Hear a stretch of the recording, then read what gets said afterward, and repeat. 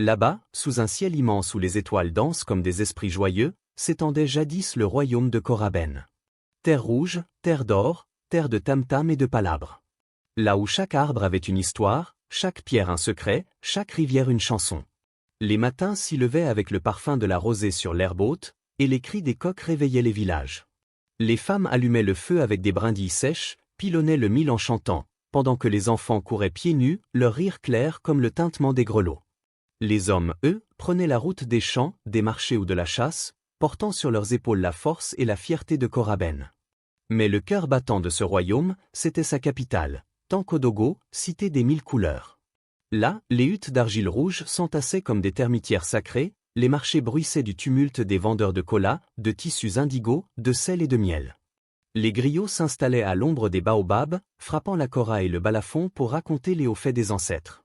Et au centre de tout, s'élevait le palais du roi Kandé, un vaste enclos de murs ocre, surmonté de toits de cuivre qui brillaient comme des flammes sous le soleil. Koraben était un royaume prospère, mais aussi un royaume respecté, car son roi Kandé ne régnait pas seulement avec l'épée. Il régnait avec la parole, ce fil invisible qui lie les vivants aux ancêtres. Un roi sans parole est comme un tambour crevé, disait-on. Et Kandé avait une parole forte, grave, qu'on écoutait comme on écoute le tonnerre.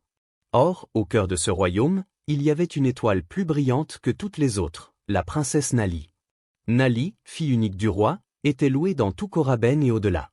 Sa peau avait la douceur du beurre de karité, ses yeux la clarté des rivières au soleil, et sa taille fine rappelait la souplesse du roseau dans le vent.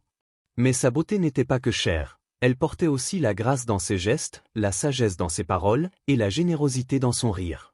On disait que quand Nali passait dans les ruelles du marché, même les anciens oubliaient leur douleur, et les enfants cessaient de pleurer. Alors, imagine le tumulte, prince et guerrier, fils de roi et marchands riches, tous rêvaient d'obtenir sa main.